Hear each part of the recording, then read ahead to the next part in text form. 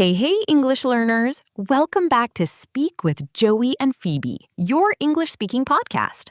Hi, everyone. I am Joey, and I am so glad you are here today. And I am Phoebe, and we are here to help you speak English a little more naturally. This is day 12 of your 30-day English speaking challenge. And today, we are talking about small talks in English. Small talks means short, everyday conversations with a neighbor, a classmate, a coworker, or someone standing next to you in a very quiet elevator. Yes, especially the elevator part. That one is from my real life today, and honestly, I am still not proud of it. That sounds like there is a story coming, Joey. Yes, there is a story coming, and it is a little embarrassing. Before Joey shares his very embarrassing story, if this video helps you, please like it, subscribe it, and share it with one English learner. Yes, it really helps more English learners find our lessons. Thank you for being here with us. Okay, Joey, now I need to hear this story. Okay. Last Tuesday, I got into the elevator at school, and my principal was already inside. Okay, that sounds normal so far. You got into the elevator and your principal was there? Yeah, and then it was just me and my principal in the elevator. It was only 2 floors, but honestly, it felt much longer. Oh no, that sounds really uncomfortable. What did you say? Nothing. I said absolutely nothing.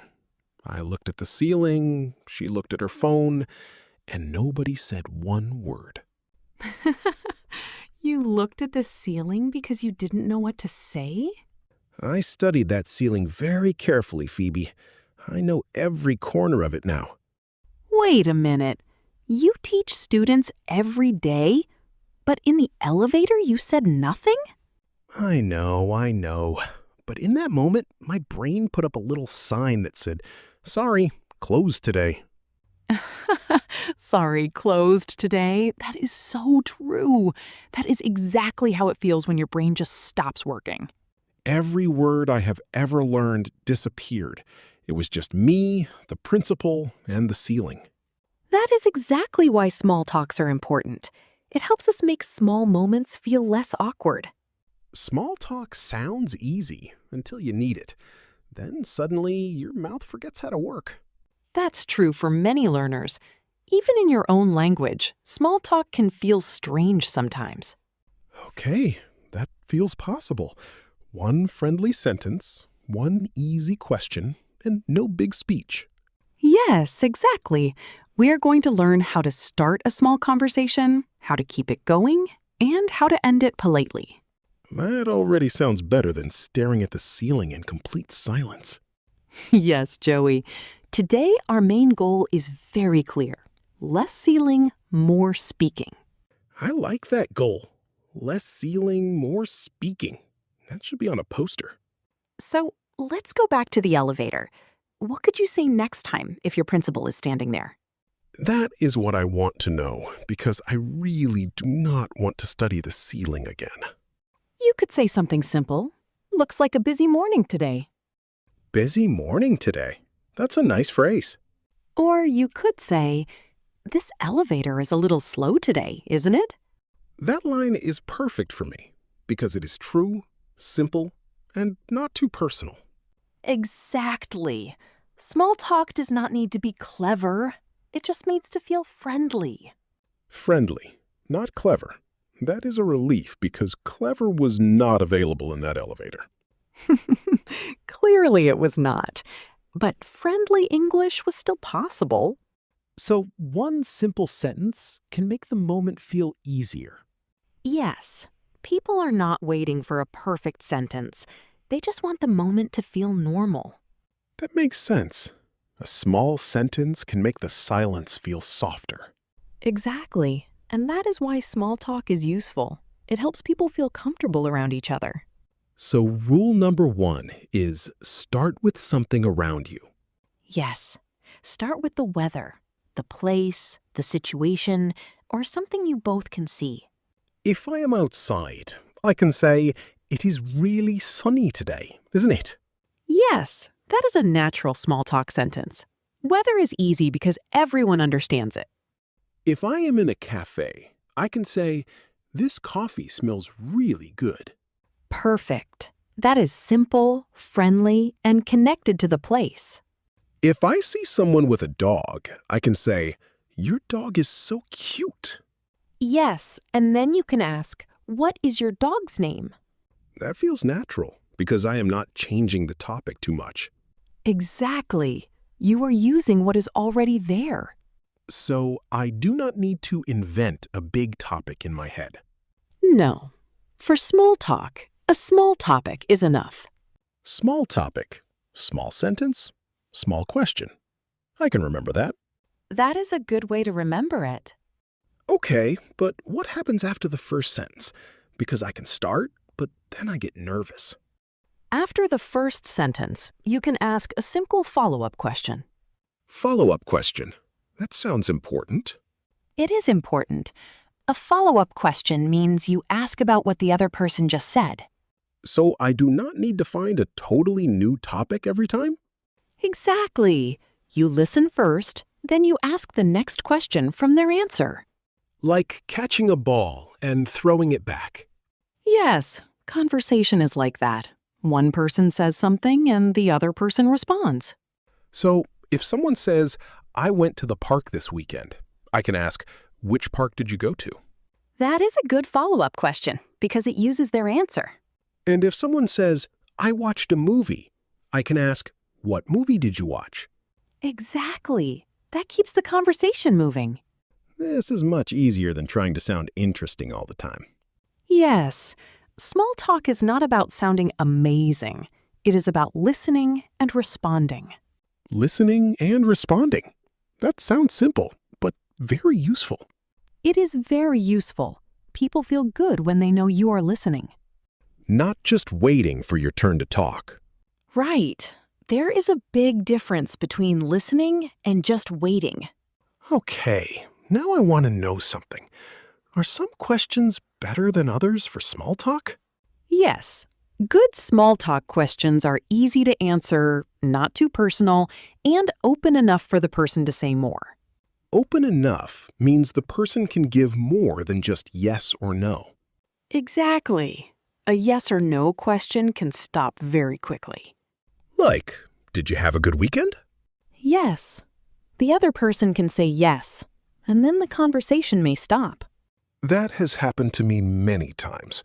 I ask, "Did you have a good day?" They say, "Fine." Then the conversation just disappears.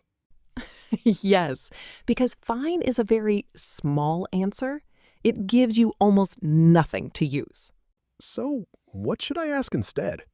The best question to ask someone is, how was your day? That's a very nice question to ask. It gives the person more space to answer. Yes.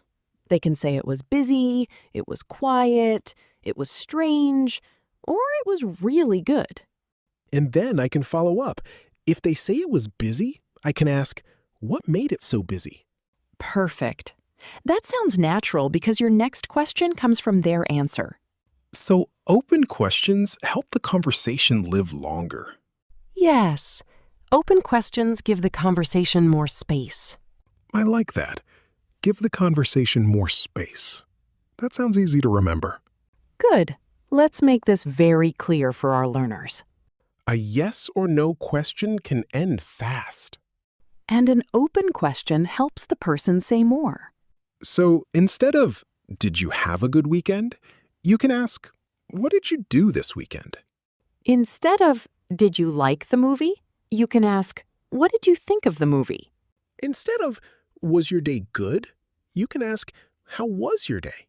These small changes make a big difference. They really do. One better question can make the whole conversation easier. Okay, now let's talk about awkward silence, because this is my area of expertise. Yes, Joey, you have a lot of experience with awkward silence.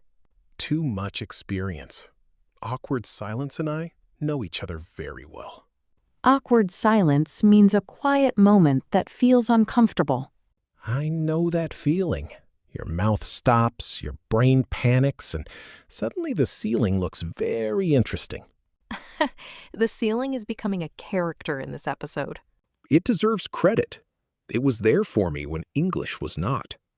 Okay, but here is the important thing. A short pause is not a disaster. It feels like a disaster when it happens. I know, but people pause in conversations all the time, even in their own language. Okay, so a small silence is fine? I do not have to keep talking all the time? No, a small silence is normal. That is helpful because sometimes my brain needs 1 second to come back. Everyone's brain needs 1 second sometimes. But if the silence feels too long, what can I say? You can go back to something the person said earlier. For example, if they said they went to a cafe, you can ask, "What was the cafe like?" So I can use an old detail to restart the conversation. Exactly. Listen for small details. Those details can help you later. If someone says they have a dog, I can ask, "How old is your dog?" Yes, you can ask that kind of question. Or if someone says they are learning English, I can ask, "How long have you been learning?" Yes, that is natural too. This makes small talk feel less scary. But what if the conversation becomes awkward because the other person gives a strange answer? Did this happen to you too? Yes. Last year, I was waiting for a staff meeting to start, and I sat next to a coworker I did not know very well. That sounds like a normal small talk situation. I tried to be friendly, so I asked, "Are you enjoying the school year?" Then he looked at me very seriously and said, "Honestly, no." Really? He just said no? Yes, just no. No smile, no extra words, just no. I wanted to be friendly, but suddenly I had no idea what to say next. I remember sitting there and thinking, should I laugh? Should I say sorry? Should I look at the ceiling again? The ceiling again. Joey, the ceiling is becoming your safe place. It really is. The ceiling never gives me difficult answers. That is funny, but it is also a good small talk lesson.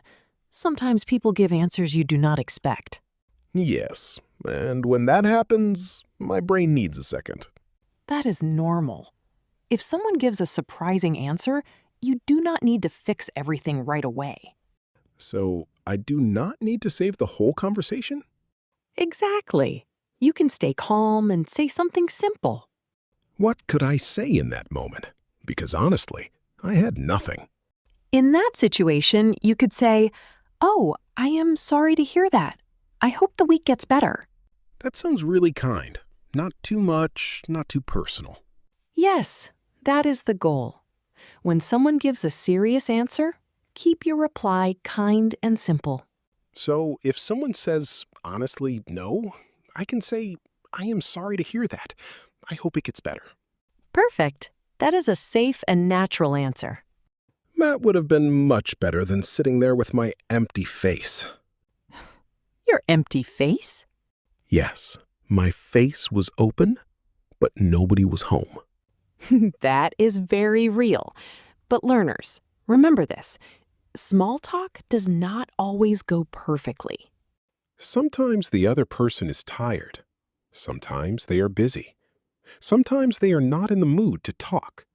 And that does not mean you did something wrong. That is actually helpful. I always think if the conversation gets awkward, it is my fault. Not always. You can be friendly, and the moment can still feel awkward. So some moments are just awkward. Yes, some moments are just awkward, and that is okay. I like that. It takes the pressure off. Exactly. Small talk is practice. It does not need to be perfect. So tell me, Joey, what happened after the meeting? After the meeting, we walked out together. He looked at me and said, "Sorry about before. I am having a difficult week." And suddenly, the whole moment felt different. That makes sense. Now you understood why he answered that way. I just said, I understand. Some weeks are difficult. And then the conversation became easier. We talked for a few minutes in the hallway. So the awkward small talk became a real conversation. Exactly. It became more real than normal small talk. That can happen. Small talk can open the door to a better conversation. Open the door. I like that phrase. It means small talk can help a conversation begin. So small talk is not always the whole conversation. Sometimes it is just the start. Yes, a simple line can help people feel more comfortable and ready to talk. Now, let's talk about something learners also need: how to end small talk. Yes, because starting is hard, but ending can also feel strange. Sometimes I want to leave, but I do not know how to leave politely. That is very common. You need a small signal before you leave. A small signal means a phrase that shows the conversation is ending. Exactly. You can say, "Well, it was really nice talking to you." That sounds friendly and clear. Then you can say, "I should get going." I should get going means I need to leave now. Yes, it is polite and very natural. So I can say, it was really nice talking to you. I should get going. Perfect. And after that, you can say, "Have a good one." Have a good one means have a good day, evening, or time. Yes, it is casual, friendly, and common in everyday English. So the full ending is, it was really nice talking to you. I should get going. Have a good one. Exactly. Clear, polite, and not awkward. Okay, let me try this for real. Give me a few small talk situations. Great idea.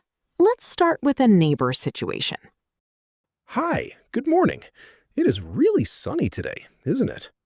Yes, it is. It feels so nice after all the rain. I know. I am going to take a short walk later. Are you going outside today? I might go to the park for a little while. That sounds nice. Have a good walk if you go. Thanks, Joey. Have a good one. That felt easy. Weather, small plan, polite ending. Let's try one at work. Good. I will be your coworker before a meeting.